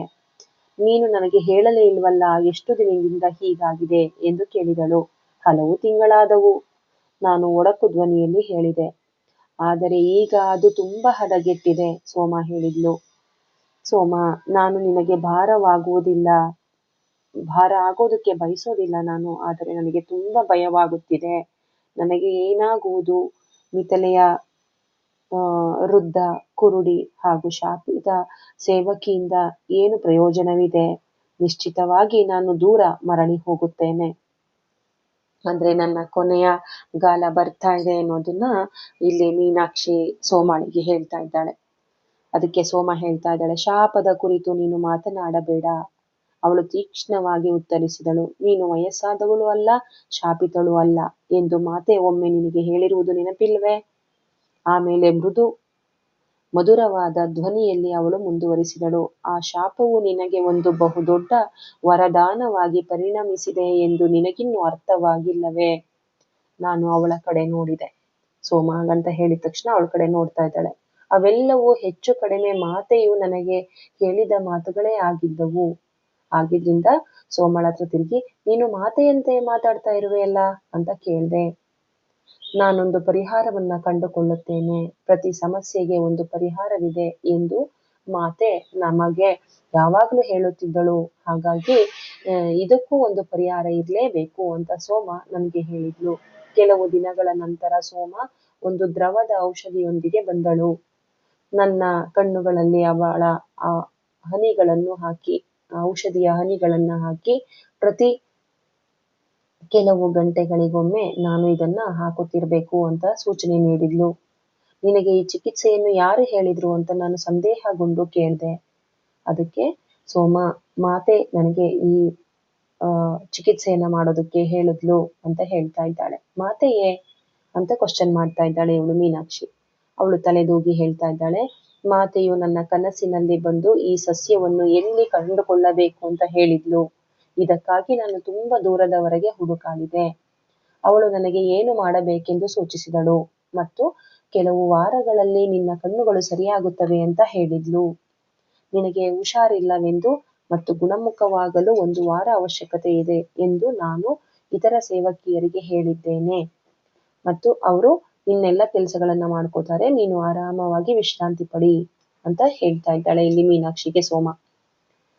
ಆಗ ನೀನು ಹೇಗಿರುವೆ ಅನ್ನೋದನ್ನ ನಾನು ನೋಡ್ತೀನಿ, 1 ವಾರದಾದ್ಮೇಲೆ ನೀನು ಹೇಗಾಗ್ತೀಯ ಅನ್ನೋದನ್ನ ನಾನು ನೋಡ್ತೀನಿ ಅಂತ ಸೋಮ ಹೇಳ್ತಾ ಇದ್ದಾಳೆ. ಆದರೆ ಸೋಮಗೆ ಹೇಳ್ತಾ ಇದ್ದಾಳೆ, ಪವಿತ್ರ ಜ್ಯೋತಿಗೆ ನಿನಗೆ ಯಾರು ಸಹಾಯ ಮಾಡ್ತಾರೆ? ಪವಿತ್ರ ಜ್ಯೋತಿಯ ಮುಂದೆ ನೀನು ಪಠನೆ ಮಾಡೋದಕ್ಕೆ ಯಾರು ಸಹಾಯ ಮಾಡ್ತಾರೆ ಅಂತ ಕೇಳ್ತಾ ಇದ್ದಾಳೆ. ನನಗೆ ಯಾವುದೇ ಸಹಾಯದ ಅಗತ್ಯವಿಲ್ಲ ಮತ್ತು ಸತ್ಯವಾದ ಮಾತ ಏನಂದ್ರೆ ವಾಸ್ತವಿಕವಾಗಿ ಪವಿತ್ರ ಜ್ಯೋತಿಗೆ ನಮ್ಮ ಮಂತ್ರದ ಅವಶ್ಯಕತೆಯೂ ಇಲ್ಲ. ಮಾತೆಯು ತನ್ನ ಸಂಪರ್ಕ ಅನುಭವವು ನಮಗೆಲ್ಲರಿಗೂ, ನಮ್ಮ 4 ಜನರಿಗೆ ಇರ್ಲಿ ಅನ್ನೋದಕ್ಕೋಸ್ಕರ ಈ ಪವಿತ್ರ ಜ್ಯೋತಿಯನ್ನ ಮಾಡಿದ್ದಾಳೆ ಅಷ್ಟೇ. ಅವಳಿಗೆ ಹೇಗೆ ಉದ್ಭವವಾಗಿದೆಯೋ ಅದೇ ರೀತಿಯಾಗಿ ಅವಳು ಬರುವವರೆಗೂ ಈ ಜ್ಯೋತಿ, ನಾವು ಮಂತ್ರ ಪಠನೆ ಮಾಡ್ದಿದ್ರು, ನಾವು ಅದಕ್ಕೆ ಎಣ್ಣೆ ಹಾಕ್ದಿದ್ರು, ತುಪ್ಪ ಹಾಕದೇ ಇದ್ರು ಅದು ತಾನಾಗೆ ಉರಿತಾ ಇರತ್ತೆ. ಆದ್ರೆ ಮಾತೆ ಹೇಳೋಗಿದ್ದಾಳೆ, ಮಂತ್ರವನ್ನ ನೀವು ಪಠಿಸ್ಬೇಕು ಅಂತ ಹೇಳೋಗಿರೋದ್ರಿಂದ ನಾವ್ ಆ ಕೆಲಸ ಮಾಡೋಣ, ಪಠಿಸುತ್ತಲೇ ಇರೋಣ ಅಂತ ಹೇಳ್ತಾ ಇದ್ದಾಳೆ. ಏಕೆಂದ್ರೆ ಇದು ಅವಳ ಸೂಚನೆ ಆಗಿದೆ. ಅವಳ ಮಾತಿನಿಂದ ನಾವು ಒಂದು ಕ್ಷಣ ವಿಮುಖರಾದರೆ ಈ ರಾಜ್ಯದ ಮೇಲೆ ಸಂಕಟವು ಬಂದೆರಗುತ್ತದೆ ಎಂಬ ಭಯ ನನಗಿದೆ ಮೀನಾಕ್ಷಿ ಅಂತ ಸೋಮ ಹೇಳ್ತಾ ಇದ್ದಾಳೆ. 1 ವಾರದ ಅವಧಿ ನನ್ನ ದೃಷ್ಟಿಯಲ್ಲಿ ಗಮನಾರ್ಹ ಸುಧಾರಿಸಿತು. ನನ್ನ ಸಾಮಾನ್ಯ ಕರ್ತವ್ಯಗಳಿಗೆ ಮರಳಲ್ಲೋಕೆ ನನಗಿಷ್ಟು ಸಾಕಾಗಿತ್ತು. ಕೆಲವು ವಾರಗಳ ನಂತರ ನನ್ನ ದೃಷ್ಟಿಯು ಸಂಪೂರ್ಣವಾಗಿ ಅಲ್ಲದಿದ್ರೂ ನನ್ನ ದೈನಂದಿನ ಎಲ್ಲ ಕಾರ್ಯಗಳನ್ನ ಮಾಡಿಕೊಂಡು ಹೋಗುವಷ್ಟು ಉತ್ತಮವಾಯಿತು. ಆ ಸಮಯದಲ್ಲಿ ಸೋಮ ನನ್ನ ಹತ್ತಿರ ಬಂದು, ಒಂದು ಸ್ಥಳಕ್ಕೆ ನಾನು ನಿನ್ನನ್ನು ಕರೆದುಕೊಂಡು ಹೋಗೋದಕ್ಕೆ ಬಯಸಿದ್ದೇನೆ, ಹೋಗೋಣ ಅಂತ ಹೇಳಿದ್ಲು. ಎಲ್ಲಿಗೆ ಅಂತ ಕೇಳ್ತಾ ಇದ್ದಾಳೆ. ಆದ್ರೆ ಸೋಮ ಹೇಳ್ತಾ ಇಲ್ಲ, ಒಂದು ಸ್ಥಳಕ್ಕೆ ಕರ್ಕೊಂಡು ಹೋಗ್ತೀನಿ ಬಾ ಅಂತ. ಇಷ್ಟೊಂದು ದೊಡ್ಡ ರಹಸ್ಯವೇಕೆ ಸೋಮ, ಏನದು ಹೇಳು ಅಂತ ಹೇಳ್ತಾ ಇದ್ದಾಳೆ. ಒಂದು ಆಶ್ಚರ್ಯ ಅಷ್ಟೇ, ನಿನ್ಗೆ ಆಶ್ಚರ್ಯವಾಗಿ ತೋರಿಸ್ತೀನಿ ಬಾ ಅಂತ ಕರ್ಕೊಂಡು ಹೋಗ್ತಾ ಇದ್ದಾಳೆ. ಎಲ್ಲಿಗೆ ಅಂತ ನೋಡೋಣ ಮುಂದೆ. ನಿನ್ನ ಹೃದಯಕ್ಕೆ ಸಂತೋಷ ನೀಡುವ ಸ್ಥಳಕ್ಕೆ ಕರ್ಕೊಂಡು ಹೋಗ್ತಾ ಇದ್ದೀನಿ ಬಾ ಅಂತ ಕರ್ಕೊಂಡು ಹೋಗ್ತಾ ಇದ್ದಾಳೆ. ಸಾಮಾನ್ಯವಾಗಿ ನಾನು ಆ ದಿನ ಹೇಳುವುದಕ್ಕಿಂತ ಮತ್ತಷ್ಟು ಬೇಗನೆ ಎದ್ದು ಪವಿತ್ರ ಜ್ಯೋತಿ ಎದುರು ಮಂತ್ರವನ್ನ ಪಠನೆ ಮಾಡಿದೆ. ಅವಳು ತನ್ನ ಕೋಣೆಗೆ ಬಂದಾಗ, ಸೋಮ ನನ್ನ ಕೋಣೆಗೆ ಬಂದಾಗ ನಾನು ತಯಾರಾಗಿ ನಿಂತಿದ್ದೆ. ನಾವಿಬ್ಬರು ಸದ್ದಿಲ್ಲದೆ ಅರಮನೆಯಿಂದ ಹೊರಟೆವು. ಅವಳು ನನ್ನನ್ನು ಸರಯೂ ನದಿಯ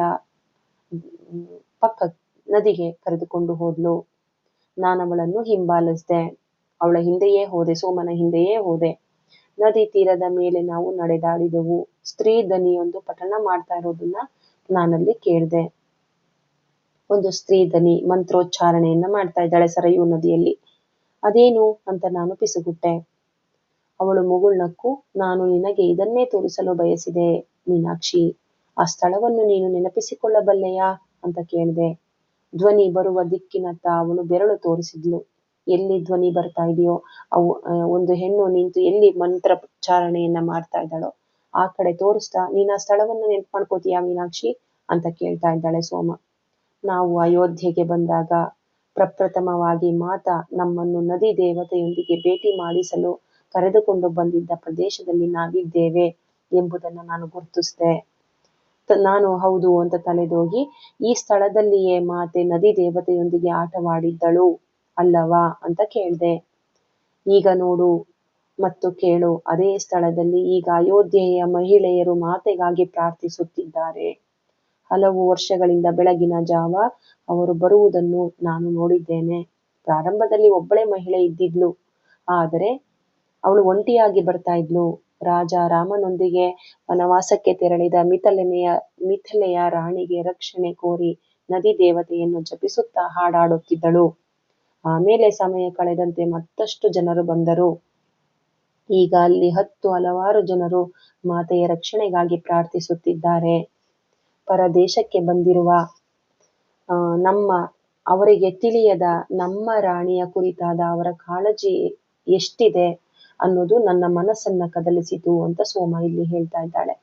ಸೋಮ, ನೀನು ಹೇಳ್ತಾ ಇರೋದು ಸರಿಯಾಗಿದೆ.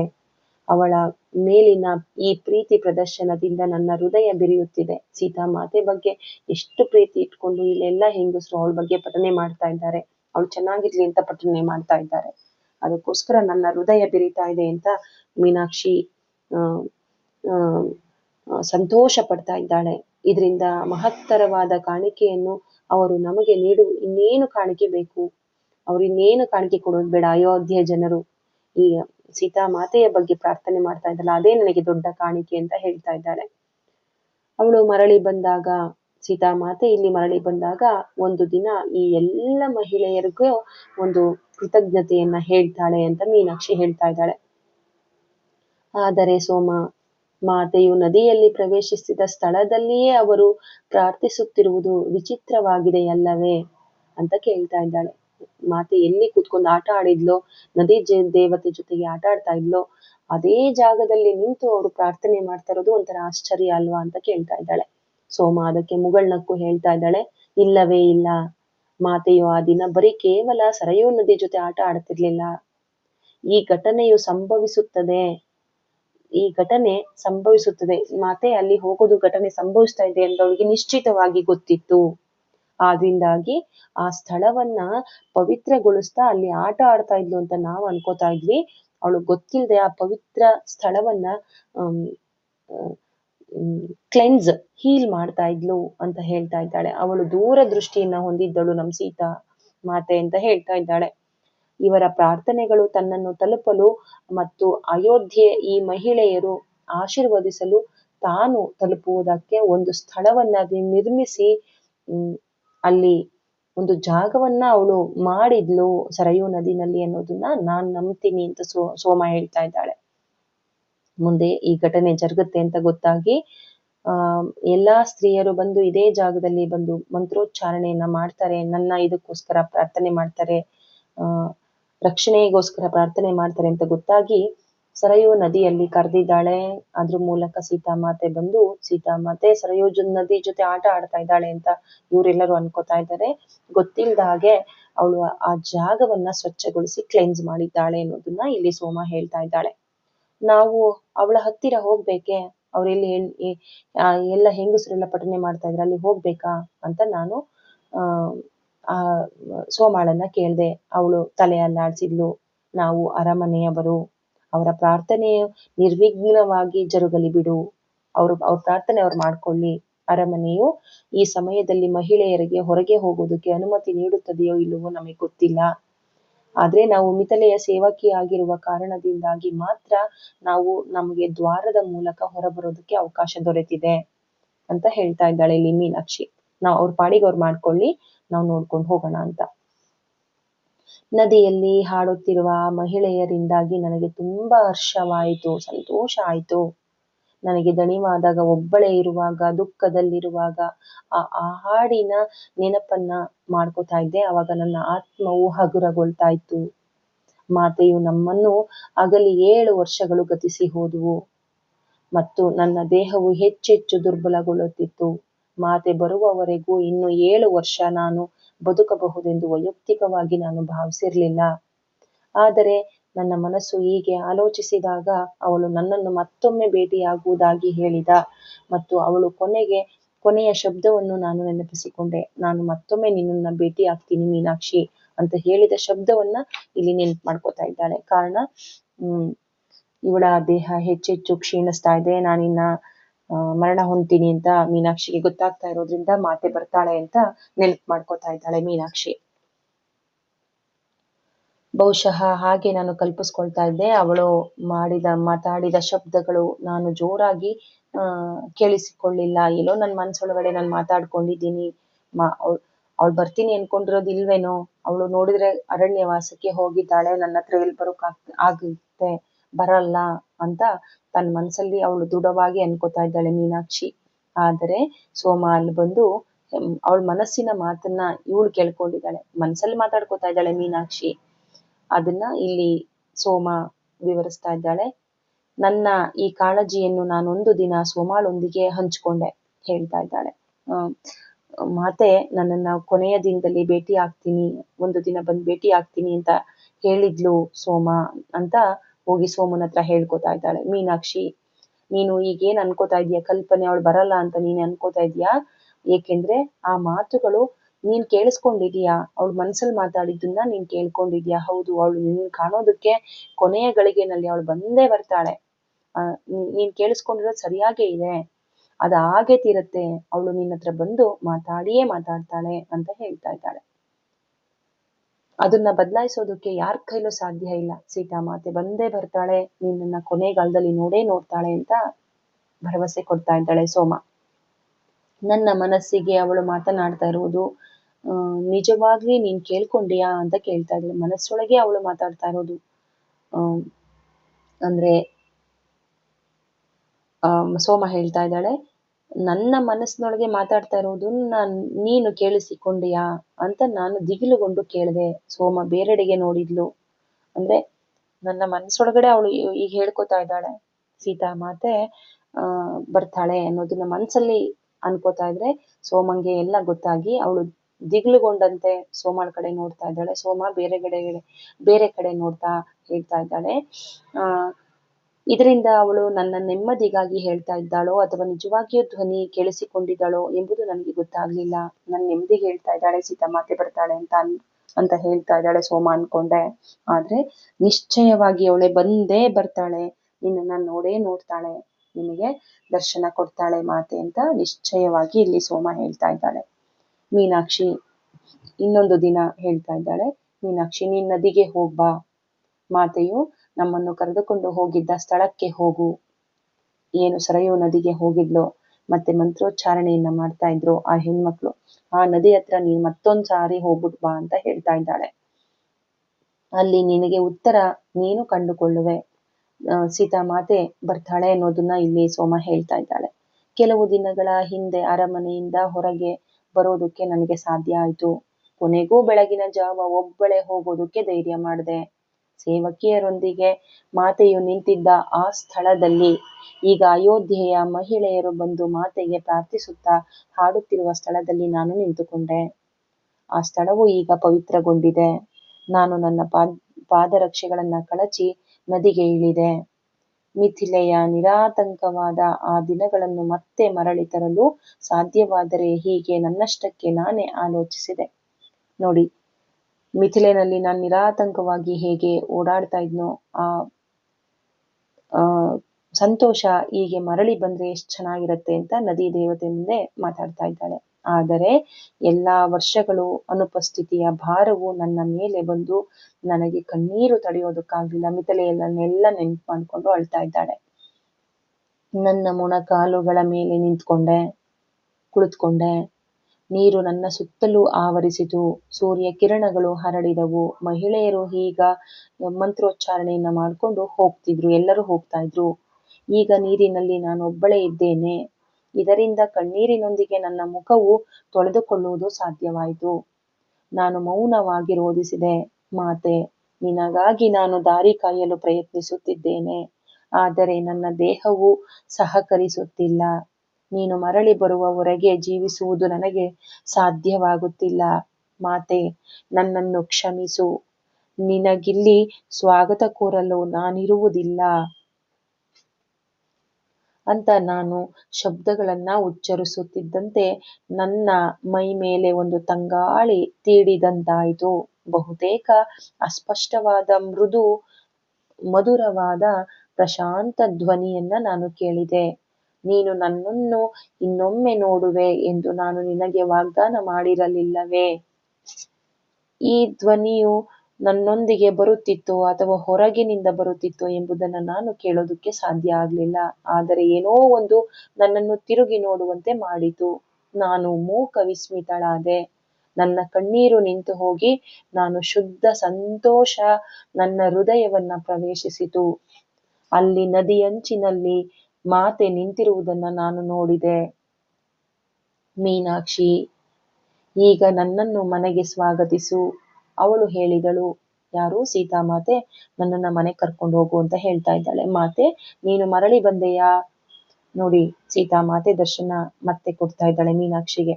ಮಾತೆ, ನೀನು ಮರಳಿ ಬಂದೆಯಾ ಅಂತ ಕೇಳಿದೆ. ಮಸುಕಾದ ಮುಗುಳ್ನಗೆಯೊಂದಿಗೆ ಅವಳು ನನಗೆ ಹೇಳಿದಳು, ಮೀನಾಕ್ಷಿ, ಇದೇ ರೀತಿಯಾಗಿ ನೀನು ನೀರಿನಲ್ಲಿ ಯಾವಾಗ್ಲೂ ಹಿಂಗೆ ನಿಂತ್ಕೊಂಡ್ರೆ, ದುಃಖ ತಪ್ತವಾಗಿ ನೀರಿನಲ್ಲೇ ನಿಂತ್ಕೊಂಡು ಮಾತೆ ಹತ್ರ ಮಾತಾಡ್ತಾ ಇದ್ದಾಳೆ. ನೀನು ಹೀಗೆ ಎಷ್ಟೊತ್ತವರೆಗೂ ಹೀಗೆ ನೀರಲ್ಲಿ ನಿಂತ್ಕೊಂಡ್ರೆ ನಿನ್ಗೆ ಶೀತ ಆಗುತ್ತೆ ಮೀನಾಕ್ಷಿ. ಚಳಿಯಿಂದ ನಿನ್ನ ದೇಹ ತಡೆ ನಡೀತಿರುವುದೆಲ್ಲ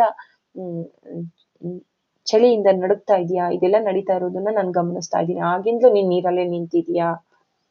ಅವಳು ಕೆಲವು ಹೆಜ್ಜೆಗಳನ್ನ ನೀರಲ್ಲಿ ಇಳಿದು ನನಗೆ ನೋಡಿ, ಅವಳು ಕೂಡ ಈ ಮೀನಾಕ್ಷಿ ಹೇಗೆ ನೀರಲ್ಲಿ ಇಳಿದಿದ್ದಾಳೋ ಅದೇ ರೀತಿ ಕೆಲವೊಂದು ಹೆಜ್ಜೆಗಳನ್ನ ಇಟ್ಟು ಮೀನಾಕ್ಷಿ ಹತ್ರ ಬಂದು ಮೇಲಕ್ಕೆ ಬರೋದಕ್ಕೆ ನನ್ನನ್ನ ಕೈ ಹಿಡ್ಕೊಂಡು ಮೇಲ್ ಕರ್ಕೊಂಡು ಬಂದ್ಲು. ಆಮೇಲೆ ಅವಳು ತನ್ನ ಶಾಲನ್ನು ತೆಗೆದುಕೊಂಡು ನನ್ನ ಸುತ್ತಲೂ ಸುತ್ತಿದ್ಲು. ಶಾಶ್ವತವಾಗಿ ನಾನು ಅವಳಿಗೆ ಸೇವೆ ಸಲ್ಲಿಸುತ್ತೇನೆ ಎಂದು ಹೇಳುವ ಮೂಲಕ ಅವಳಿಗೆ ನಾನು ಪ್ರೀತಿಯನ್ನ ವ್ಯಕ್ತಪಡಿಸಲು ಬಯಸಿದೆ. ಆದರೆ ನನ್ನಿಂದ ಶಬ್ದವೂ ಹೊರಡ್ಲಿಲ್ಲ, ಧ್ವನಿಯೂ ಬರ್ಲಿಲ್ಲ. ನನ್ನ ಪ್ರೀತಿಯನ್ನು ಅವಳು ಸ್ವೀಕರಿಸಿದಂತೆ ತಲೆದೂಗಿದ್ಲು. ಹೌದು, ನೀನ್ ಕೊಡ್ತಾ ಇರುವಂತ ಪ್ರೀತಿನ ನಾನು ಸ್ವೀಕರಿಸ್ತಾ ಇದ್ದೀನಿ ಅಂತ ತಲೆ ಅಲ್ಲಾಡಿಸ್ತಾ ಇದ್ದಾಳೆ ಸೀತಾಮಾತೆ. ನಾನು ನಿನ್ನೊಂದಿಗೆ ಇದ್ದೇನೆ ಎಂದು ತಿಳಿದುಕೊಳ್ಳಲು ನಿನಗೆ ಈ ದೇಹವನ್ನು ನೋಡುವ ಅಗತ್ಯವಿಲ್ಲ ಮೀನಾಕ್ಷಿ. ನಾನು ಯಾವಾಗ್ಲೂ ನಿನ್ ಜೊತೆನೆ ಇದ್ದೀನಿ ಅಂತ ಹೇಳ್ತಾ ಇದ್ದಾಳೆ ಸೀತಾ. ಕೇವಲ ಈ ಜನ್ಮದಲ್ಲಿ ಅಷ್ಟೇ ಅಲ್ಲ, ಯಾವಾಗಲೂ ನಾನು ನಿನ್ನೊಂದಿಗೆ ಇರುತ್ತೇನೆ. ಆಮೇಲೆ ವಿಶಾಲ ಮಗುಳ್ನಗೆಯೊಂದಿಗೆ ಅವಳು ತಿರುಗಿ ಗಿಡಗಳ ಗುಂಪುಗಳ ಮಧ್ಯೆ ಹೊರಟು ಹೋದಳು. ನಾನವಳನ್ನು ಹಿಂಬಾಲಿಸಲು ಪ್ರಯತ್ನಿಸಿದೆ, ಆದರೆ ಮುಗ್ಗರಿಸಿ ಕೆಳಗೆ ಬಿದ್ದೆ. ಅವಳನ್ನು ತಲುಪೋದಕ್ಕೆ ನನ್ಗಾಗ್ಲಿಲ್ಲ. ಕೆಲವೇ ಕ್ಷಣದಲ್ಲಿ ಸಾವರಿಸಿಕೊಂಡು ನಾನು ಎಲ್ಲಿಗೆ ಬಂದಿದ್ದೀನೋ ಅರಮನೆಗೆ, ಅವಳೆಲ್ಲೂ ಕಾಣದೇ ಇದ್ದಾಗ ಮತ್ತೆ ಅರಮನೆಗೆ ಬಂದೆ. ಮತ್ತೆ ಗೊಂದಲಕ್ಕೊಳಗಾದೆ, ಆಶ್ಚರ್ಯಚಕಿತಳಾದೆ. ಸ್ವಲ್ಪ ಹೊತ್ತು ನಾನಿಲ್ಲಿಯೇ ನಿಂತ್ಕೊಂಡೆ. ಸ್ವಲ್ಪ ಹೊತ್ತು ಅಲ್ಲಿ ನಿಂತ್ಕೊಂಡ್ರೆ ಎಲ್ಲ ಗಮನಿಸ್ತಾ ಇದ್ದಾಳೆ ಸೀತಾಮಾತೆ ಬಂದಿದ್ಲು ಅಂತ. ಅಲ್ಲೆಲ್ಲ ಆಶ್ಚರ್ಯದಿಂದ ನೋಡ್ತಾ ಕೊನೆಗೆ ಬೇಸರಗೊಂಡು ನಾನು ನಿಧಾನವಾಗಿ ಅರಮನೆಯತ್ತ ಪ್ರಯಾಣ ಬೆಳೆಸ್ದೆ. ಸೋಮ ನನ್ನನ್ನು ನೋಡಿದಾಗ ಉದ್ಗಾರ ತೆಗೆದ್ಲು. ಮೀನಾಕ್ಷಿ, ನೀನು ಮಾತೆಯ ಶಾಲನ್ನ ಯಾಕೆ ಪಡೆದುಕೊಂಡಿದ್ಯಾ? ಅಲ್ಲಿದ್ದದನ್ನ ಯಾಕೆ ತಗೊಂಡಿದ್ಯಾ ಅಂತ ಕೇಳ್ತಾ ಇದ್ದಾಳೆ ಮಾತೆಗೆ. ಅದಕ್ಕೆ ನಾನು ದಿಗ್ಭ್ರಮೆ ಧ್ವನಿಯಲ್ಲಿ ಕೇಳಿದೆ. ಮೀನಾಕ್ಷಿಗೆ ದಿಗ್ಭ್ರಮೆ ಆಗ್ತಾ ಇದೆ. ಅದಕ್ಕೆ ನಾನು ನೀರಿನಲ್ಲಿ ತುಂಬಾ ಹೊತ್ತು ನೆನೆದು ಹೋದಾಗ ಮಾತೆಯು ಇದನ್ನ ನನಗೆ ಸುತ್ತಿದಳು. ನೆನೆದ ಬಟ್ಟೆಯಿಂದ ನೀರು ಸೋರುತ್ತಿತ್ತು. ನಿನಗೆ ಶೀತವಾಗುತ್ತದೆ ಅಂತ ಅವಳು ಹೇಳಿ ತಾನೇ ಆ ಕೈಯಾರೆ ಈ ಹೆಗಲ ಮೇಲೆ, ನನ್ನ ಹೆಗಲ ಮೇಲೆ ಅವಳು ಈ ಶಾಲನ್ನ ಸುತ್ತಿದ್ಲು ಅಂತ ಹೇಳ್ತಾ ಇದ್ದಾಳೆ. ಅದಕ್ಕೆ ಇವಳು ಕರ್ಕೊಂಡು ಹೋಗ್ತಾ ಇದ್ದಾಳೆ. ಯಾರು? ಸೋಮ. ಬಾ ನನ್ನ ಜೊತೆಗೆ. ಸೋಮ ನನ್ನ ಕೈ ಹಿಡಿದುಕೊಂಡು ಮಾತೆಯ ಕಕ್ಷ ಕೋಣೆಗೆ ಕರೆದುಕೊಂಡು ಹೋದ್ಲು. ನಿಖರವಾಗಿ ನೀನು ಇದೇ ಶಾಲನ್ನ ನಾನು ಮಾತೆಗೆ ಈ ದಿನ ಜೋಡಿಸಿಟ್ಟಿದ್ದೆ. ಯಾರು? ಇಲ್ಲಿ ಸೋಮ ಹೇಳ್ತಾ ಇದ್ದಾಳೆ. ಅದೀಗ ಇಲ್ಲಿಲ್ಲ, ಕಳೆದು ಹೋಗಿದೆ. ಬೇರೆಲ್ಲ ವಸ್ತ್ರಭೂಷಣಗಳು ಇಲ್ಲಿಯೇ ಇವೆ. ನೀನಿಲ್ಲಿ ಒಂದು ಶಾಲನ್ನು ತೆಗೆದುಕೊಂಡು ಹೋಗಿಲ್ಲವೆಂಬುದು ನಿನಗೆ ಖಚಿತವಿದೆಯೇ? ಅವಳು ಕೇಳ್ತಾ ಇದ್ದಾಳೆ. ನೀನ್ ಇಲ್ಲಿಂದ ಶಾಲ್ ತಗೊಂಡೋಗ್ಲಿಲ್ಲ ತಾನೆ? ನಿಂಗೆ ಚಳಿ ಆಗತ್ತೆ ಅಂತ ನೀನೇನಾದ್ರು ತಗೊಂಡೋಗಿದ್ಯಾ ಅಂತ ಕೇಳ್ತಾ ಇದ್ದಾಳೆ. ಅದಕ್ಕೆ ಮೀನಾಕ್ಷಿ ಹೇಳ್ತಾ ಇದ್ದಾಳೆ, ಸೋಮ, ನಾನು ಹಾಗೆ ಎಂದಾದ್ರೂ ಮಾಡಿದ್ದೇನೆಯೇ? ಅಂತ ಉದ್ಗರಿಸಿದೆ. ಅವಳು ಇಂತಹ ಸಂಗತಿಯನ್ನು ಸೂಚಿಸಬಹುದೆಂದು ನನಗೆ ದಿಗಿಲಾಯಿತು. ನಾನು ಯಾವತ್ತಾದ್ರೂ ಸೀತಾಮಾತೆ ಬಟ್ಟೆನ ಹಾಕೊಳ್ಳೋದಕ್ಕೆ ಇಷ್ಟಪಡ್ತೀನ ಅಂತ ಒಂಥರ ದಿಗಿಲ್ ಬಡ್ದಳಂಗೆ ನಿಂತಿದ್ದಾಳೆ ಮೀನಾಕ್ಷಿ. ಆದರೆ ಆ ಬಟ್ಟೆಯನ್ನೇ ನಾನು ಒಳಗೆ ನೋಡಿದೆನು. ಸೋಮ, ನೋಡು, ಅವಳ ಬಟ್ಟೆಯ ಅಂಚು ಹಸಿಯಾಗಿದೆ. ಸೋಮಳಿಗೆ ತೋರಿಸ್ತಾ ಇದ್ದಾಳೆ. ನೋಡಿಲ್ಲಿ ಈ ಬಟ್ಟೆ, ನೀನೇನು ವಸ್ತ್ರನ ಇಲ್ಲಿ ಜೋಡಿಸಿಟ್ಟಿದ್ಯಾ, ಅದೇ ಬಟ್ಟೆಯನ್ನ ನಾನು ಸೀತಾಮಾತೆ ಹಾಕೊಂಡು ನನಗೆ ದರ್ಶನ ಕೊಟ್ಟಿದ್ದನ್ನ ನಾನು ನೋಡ್ದೆ. ನೋಡು, ಅವಳು ನದಿನಲ್ಲಿ ಕಾಲಿಟ್ಟು ಮಧ್ಯದಲ್ಲಿ ನಿಂತಿದ್ದಂತ ಮೀನಾಕ್ಷಿನ ಮೇಲೆ ಕರ್ಕೊ ಬಂದಾಗ ಅವಳು ಏನು ಒಂದ್ 2-3 ಹೆಜ್ಜೆ ಇಟ್ಲೋ, ಅವಾಗ ಅವಳ ಸೀತಾಮಾತೆಯ ಬಟ್ಟೆಯು ನೆಂದೋಗಿತ್ತು. ನೋಡು, ನೀನ್ ಬಟ್ಟೆ ಏನ್ ಜೋಡಿಸಿಟ್ಟಿದೀಯಾ, ಶಾಲ್ ಅಲ್ದೇನೆ ಈ ಬಟ್ಟೆ ಅಂಚು ಕೂಡ ನೆಂದೋಗಿದೆ ಅಂತ ತೋರಿಸ್ತಾ ಇದ್ದಾಳೆ ಮೀನಾಕ್ಷಿ. ಅವಳು ನೀರಿನ ಅಂಚಿನಲ್ಲಿ ನಿಂತ್ಕೊಂಡಿದ್ಲು. ಅವಳ ಬಟ್ಟೆಯು ಕಕ್ಷದಲ್ಲಿ ಇದ್ರೆ ಅದು ಹಸಿಯಾಗಿರೋದಕ್ಕೆ ಹೇಗ್ ಸಾಧ್ಯ? ನೋಡು, ನನ್ ಮೇಲೆ ಶಾಲ್ ಇದೆ, ಆದ್ರೆ ಇಲ್ಲಿರುವಂತ ಬಟ್ಟೆ ನೆಂದೋಗಿರೋದಕ್ಕೆ ಏನ್ ಕಾರಣ ಅಂತ ಒದ್ದೆ ಆಗಿದೆ ಅಂತ ಹೇಳ್ತಾ ಇದ್ದಾಳೆ. ಇಲ್ಲಿ ಹಾಕಿದರೆ ಮಾತೆ ಧರಿಸ್ಕೊಂಡಿರ್ತಿದ್ಲು ಹೇಳ್ತಾ ಇದ್ದಾಳೆ ಇಲ್ಲಿ ಮೀನಾಕ್ಷಿ. ನನ್ಗೇನು ಅರ್ಥ ಆಗ್ಲಿಲ್ಲ, ಇಲ್ಲಿದ್ದದನ್ನ ಮಾತೆ ಹೇಗ್ ಧರಿಸ್ಕೊಂಡ್ಲು ಅಂತ ನನ್ಗೆ ಅರ್ಥ ಆಗ್ಲಿಲ್ಲ ಅಂತ ಹೇಳ್ತಾ ಇದ್ದಾಳೆ. ಅದಕ್ಕೆ ಸೋಮ ಹೇಳ್ತಾ ಇದ್ದಾಳೆ, ಅವಳ ಮುಖದ ಮೇಲೆ ಒಂದು ಮುಗುಳ್ನಗೆ ಸುಳಿಯಿತು. ಅವಳು ಶಾಂತವಾಗಿ ಉತ್ತರಿಸಿದಳು, ಈಗ ನನಗೆ ಅರ್ಥವಾಯಿತು. ನಿನ್ನ ಅನುಭವವು ಸತ್ಯವಾಗಿದೆ ಎಂಬುದನ್ನು ಮಾತೆ ನನಗೆ ಮನದಟ್ಟು ಮಾಡಿಕೊಳ್ಳಲು ಬಯಸಿದ್ಲು. ಹೌದು, ನೀನು ಬಂದಿರೋಂಥದ್ದೇನು, ನೀನೇನ್ ಅನುಭವ ಪಟ್ಟಿದೆಯೋ ಅದು ಈ ಬಟ್ಟೆ ಎಲ್ಲ ಒದ್ದೆಯಾಗಿರೋದಕ್ಕೆ ಕಾರಣ ಸೀತಾಮಾತೆ ಬಂದು ನಿನಗೆ ದರ್ಶನ ಕೊಟ್ಟಿದ್ದಾಳೆ. ದರ್ಶನ ಕೊಟ್ಟಿದ್ದೀನಿ ಅನ್ನೋದನ್ನ ನನಗೆ ತಿಳಿಸೋದಕ್ಕೆ ಅವಳ ಈ ಕಕ್ಷದಲ್ಲಿರುವ ಬಟ್ಟೆ ಅಂಚು ನೆಂದೋಗಿದೆ, ಅದನ್ನ ನನಗೆ ಬಯಸಿದ್ದಾಳೆ ಅವಳು ನನಗೆ ತಿಳಿಸೋದಕ್ಕೆ ಅಂತ ಹೇಳ್ತಾ ಇದ್ದಾಳೆ ಇಲ್ಲಿ ಸೋಮ. ನೀನ್ ಅವಳನ್ನು ನಿಜವಾಗಿಯೂ ನೋಡಿರುವೆ. ಅವಳು ನಿನ್ನನ್ನು ಆಶೀರ್ವದಿಸಲು ಬಂದಿದ್ಲು. ಇದು ಅವಳು ನಿನಗೆ ನೀಡಿದ ಸಂಕೇತ ಆಗಿದೆ. ಶಾಲನ್ನ ಏನು ಓದಿಸಿದ್ಲೋ, ನಾನು ಬಂದಿದ್ದೆ ಅನ್ನೋದನ್ನ ನೀಡಿದ ಸಂಕೇತ ಅಂತ ಹೇಳ್ತಾ ಇದ್ದಾಳೆ. ಈ ಅನುಭವವು ನನ್ನ ಹೃದಯಕ್ಕೆ ಅಪಾರವಾದ ಶಾಂತಿ, ನೆಮ್ಮದಿಯನ್ನ ನೀಡಿತು. ವಾರಗಳು ಕಳೆದವು. ಒಂದು ದಿನ ನಾನು ತೀರಾ ದುರ್ಬಲಗೊಂಡಿದ್ದೆ ಮತ್ತು ಹಾಸಿಗೆ ಬಿಟ್ಟು ಏಳಲು ಕೂಡ ದಣಿವಾಗತೊಡಗಿತು. ಸೋಮ ನನ್ನನ್ನು ನೋಡಲು ಬಂದಳು. ಅವಳು ಸಂಗ್ರಹ ಕೋಣೆಯಲ್ಲಿ ಏನಿದೆ ಎಂಬುದನ್ನು ನೋಡಲು ಬಂದಿದ್ಲು. ನಿನ್ನೆಲ್ಲ ಇಚ್ಛೆಗಳನ್ನು ಪೂರೈಸಿರಬಹುದೆಂದು ನಾನು ಆಶಿಸುತ್ತೇನೆ ಎಂದಳು. ನಾನು ತಲೆದೂಗಿ ಅಸ್ಪಷ್ಟವಾಗಿ ಪಿಸುಗುಟ್ಟಿದೆ. ಭವಿಷ್ಯದಲ್ಲಿ ನಾನು ಅವಳಿಗೆ ಸೇವೆ ಸಲ್ಲಿಸುವಂತಾಗಲಿ ಎಂಬುದೊಂದೇ ನನ್ನ ಬಯಕೆ. ಮುಂದಿನ ಜನ್ಮದಲ್ಲೂ ಕೂಡ ನಾನು ಸೀತೆಗೆ ಸೇವೆ ಸಲ್ಲಿಸಬೇಕು ಅಂತ ಬಯಸ್ತಾ ಇದ್ದಾಳೆ ಇಲ್ಲಿ ಮೀನಾಕ್ಷಿ. ನಾನು ನಿದ್ರೆಗೆ ಜಾರಿದೆ. ನನಗೆ ಎಚ್ಚರವಾದಾಗ ಸೋಮ ಇನ್ನು ಅಲ್ಲಿಯೇ ಕುಳಿತಿರುವುದನ್ನು ನಾನು ಕಂಡೆ. ಸೋಮ, ನಾನೊಂದು ಅತ್ಯಂತ ಸುಂದರವಾದ ಕನಸನ್ನು ಕಂಡೆ. ನಾನು ಮಿಥಿಲೆಗೆ ಮರಳಿದ್ದೆ. ನಾವು ಇಬ್ರು ಹೋಗಿದ್ದೀವಿ, ಸೋಮ ಮತ್ತೆ ಮೀನಾಕ್ಷಿ ನಾವಿಬ್ರು ಹೋಗಿದ್ದೀವಿ ಅಂತ ಹೇಳ್ತಾ ಇದ್ದಾಳೆ. ನೀನು ಮತ್ತು ನಾನು ಮಾತೆಯೊಂದಿಗೆ ಕಾಡಿನಲ್ಲಿ ಇದ್ದೆವು. ನಿನಗೆ ಕಾಡಿನ ನೆನಪಿದೆಯೇ? ನಾನು ಸ್ಪಷ್ಟ ಧ್ವನಿಯಲ್ಲಿ ಕೇಳಿದೆ. ಅವಳು ತಲೆದೂಗಿ, ನಾನು ಅವಳೊಂದಿಗೆ ಮರಳಿ ಕಾಡಿನಲ್ಲಿ ಇರುತ್ತೇನೆಂದು ಹೇಗೆ ಆಶಿಸಲಿ? ಮಿಥಿಲೆ ಕುರಿತು ಯೋಚಿಸದಿರು ಮೀನಾಕ್ಷಿ. ನೀನೀಗ ಅಯೋಧ್ಯೆಯಲ್ಲಿರುವೆ. ಇಲ್ಲಿದ್ದುಕೊಂಡೇ ನಾವು ಮಾತೆಗೆ ಸೇವೆ ಸಲ್ಲಿಸಬೇಕು. ಇಲ್ಲಿ ಅಯೋಧ್ಯೆಯಲ್ಲಿ ಮಾತ್ರ ಅಂತ ಹೇಳ್ತಾ ಇದ್ದಾಳೆ. ಆದರೆ ಅಯೋಧ್ಯೆಯಲ್ಲಿ ನನಗೆ ಮನೆ ಅನುಭೂತಿ ಆಗ್ಲಿಲ್ಲ. ಅಯೋಧ್ಯೆಯಲ್ಲಿ ನಾನಿದ್ರೂ ಕೂಡ ನನಗೆ ನನ್ನ ಇದು ಮನೆ ಅಂತ ಅನುಭೂತಿ ಆಗ್ಲಿಲ್ಲ ಅಂತ ಹೇಳ್ತಾ ಇದ್ದಾಳೆ ಮೀನಾಕ್ಷಿ, ನಿನಗೆ ಅನುಭೂತಿಯಾಗುವುದು ನಿನಗೆ ತಿಳಿಯುತ್ತದೆ ಮತ್ತು ನೀನು ಇಲ್ಲೇ ಇರುವೆಯಾ? ನನ್ನ ಧ್ವನಿ ಮಾತನಾಡುತ್ತಿರುವಾಗಲೇ ನಿಂತು ಹೋಯಿತು. ಅದಕ್ಕೆ ನೋಡಿ ಹೇಳ್ತಾ ಇದ್ದಾಳೆ ಮೀನಾಕ್ಷಿ, ನನಗೆ ಇಲ್ಲಿರೋದಕ್ಕೆ ನನ್ಗೆ ಯಾವತ್ತೂ ಇದು ಅಯೋಧ್ಯೆ ನನ್ನ ಮನೆ ಅಂತ ಅನ್ನಿಸ್ಲಿಲ್ಲ ಅಂತ ಅನ್ಕೋತಾ ಇದ್ದಾಳೆ. ಸೋಮಾಗೆ ಹೇಳ್ತಾ ಇದ್ದಾಳೆ. ಮತ್ತೆ ಕೇಳ್ತಾ ಇದ್ದಾಳೆ, ಸೋಮ ನೀನ್ ಇಲ್ಲೇ ಇರ್ತೀಯಾ ಅಂತ ಕೇಳ್ತಾ ಇದ್ದಾಳೆ. ನನ್ನ ಧ್ವನಿ ಮಾತನಾಡುತ್ತಿರುವಾಗಲೇ ನಿಂತು ಹೋಯ್ತು. ಕೊನೆಯ ಕ್ಷಣ ಬರ್ತಾ ಇದೆ ಮೀನಾಕ್ಷಿಗೆ. ನನಗೆ ಮಾತನಾಡುವ ಶಕ್ತಿ ಉಳಿಯಲಿಲ್ಲ. ಸೋಮ ಕೆಲವು ನಿಮಿಷಗಳವರೆಗೆ ಶಾಂತಳಾಗಿದ್ದು ಉತ್ತರಿಸಿದಳು, ನಾನು ಇಲ್ಲಿಯೇ ಇರುತ್ತೇನೆ, ನಾನಿಲ್ಲಿ ಇದ್ದೇ ಇರುತ್ತೇನೆ ಅಂತ ಹೇಳಿದ್ಲು. ನಾನು ಸೋಮಳ ಕಡೆ ದಿಟ್ಟಿಸಿ ನೋಡಿದೆ. ನನ್ನಿಂದ ಮಾತು ಬಾರದಷ್ಟು ದುರ್ಬಲಗೊಂಡಿದ್ದೆ. ಅವಳು ನನಗೆ ತುಂಬಾ ಆತ್ಮೀಯ ಗೆಳತಿಯಾಗಿದ್ದಳು. ನಿಜವಾಗಿಯೂ ಗೆಳತಿಗಿಂತಲೂ ಹೆಚ್ಚಾಗಿದ್ದಳು. ಅವಳ ಉಪಸ್ಥಿತಿಯಲ್ಲಿ ನಾನು ಮಾತೆಯ ಸಾಮೀಪ್ಯದಲ್ಲಿ ಇರುತ್ತಿದ್ದೆ. ಅವಳು ಸೋಮಳ ಮೂಲಕ ನನಗೆ ತಲುಪಿಸುತ್ತಿದ್ದಾಳೆ ಎಂದು ಭಾಸವಾಯಿತು.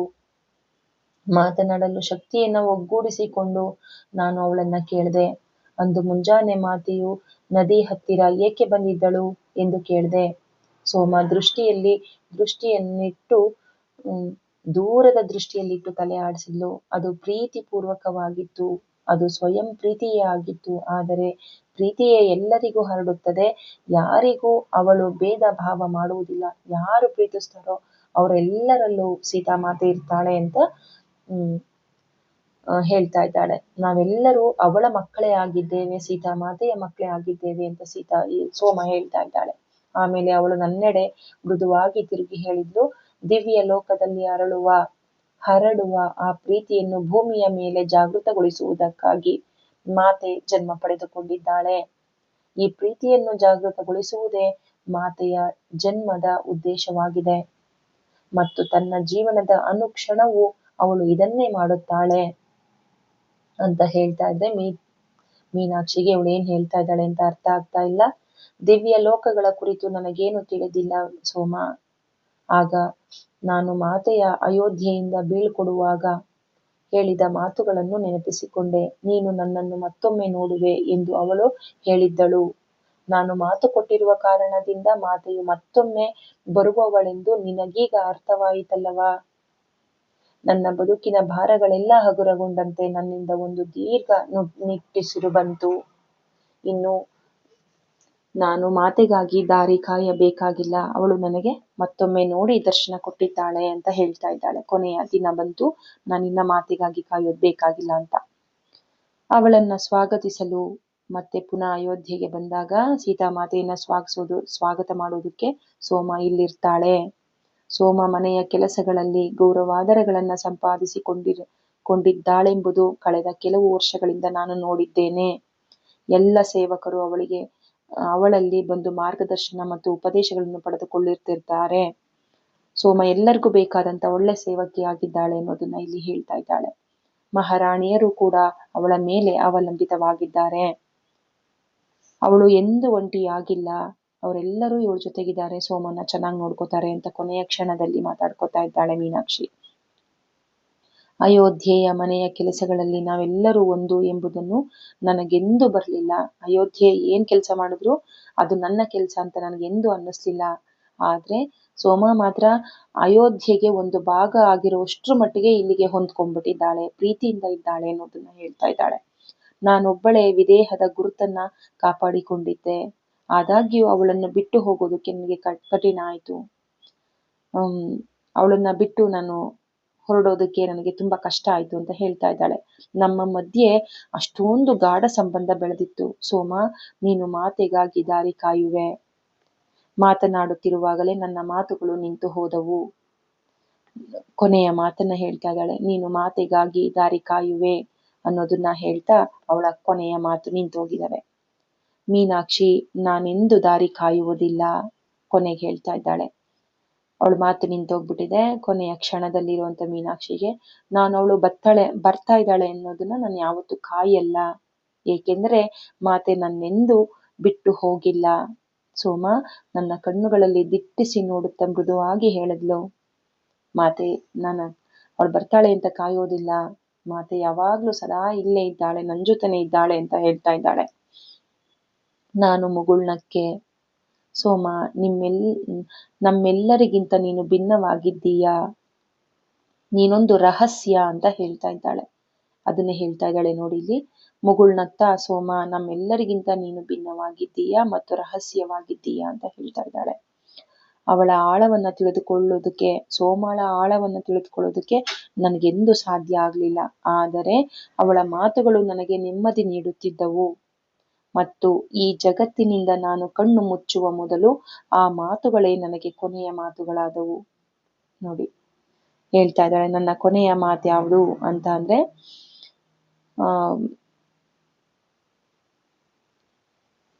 ಅವಳ ಮಾತುಗಳು ಅಂದ್ರೆ ನನಗೆ ನೆಮ್ಮದಿ, ಸೋಮಳ ಮಾತುಗಳು ನನಗೆ ನೆಮ್ಮದಿ ತಂದುವು ಅನ್ನೋದೇ ಅವಳ ಕೊನೆಯ ಮಾತು. ಸೋಮ ನನ್ನ ಕಣ್ಗಳಲ್ಲಿ ದಿಟ್ಟಿಸಿ ನೋಡುತ್ತಾ ಮೃದುವಾಗಿ ಹೇಳಿದಂತ ಮಾತು ಯಾವುದು? ಮೀನಾಕ್ಷಿ, ನಾನೆಂದು ಅವಳ ದಾರಿ ಕಾಯೋದಿಲ್ಲ. ಏಕೆಂದ್ರೆ ಮಾತೆ ನನ್ನನ್ನ ಯಾವತ್ತೂ ಬಿಟ್ಟು ಹೋಗಿಲ್ಲ ಅಂತ ಹೇಳಿದ್ದೆ ನನಗೆ ಒಂದು ನೆಮ್ಮದಿ ತಂದ್ಕೊಟ್ವು. ನಾನು ಕೊನೆಯ ಉಸಿರನ್ನ ಎಳೆದೆ ಅಂತ ಇಲ್ಲಿ ಮೀನಾಕ್ಷಿ ಹೇಳ್ತಾ ಇದ್ದಾಳೆ. ಮತ್ತೆ ಅವಳ ಅನುಭವವನ್ನ ಹೇಳ್ತಾ ಇದ್ದಾಳೆ. ಅವಳ ಈ ಜೀವನದ ಮೀನಾಕ್ಷಿ ಜೀವನದ ಅನುಭವವನ್ನ. ಒಂದು ಜೀವನವು ಗತಿಸಿ ಹೋದಾಗ, ಅಂದ್ರೆ ಈ ಮೀನಾಕ್ಷಿ ಜೀವನ ಏನು ಗತಿಸಿ ಹೋಗುತ್ತೋ, ಮರಳಿನಲ್ಲಿ ತನ್ನ ಹೆಜ್ಜೆ ಗುರುತುಗಳನ್ನು ಬಿಟ್ಟು ಹೋಗುತ್ತದೆ. ಅವಳು ಏನೇನು ಹಿಂದಿನ ಜನ್ಮದಲ್ಲಿ ಆಸೆಗಳನ್ನ ಇಟ್ಕೊಂಡಿರ್ತಾಳೋ ಅದೆಲ್ಲ ಗುರುತು ಇರುತ್ತದೆ.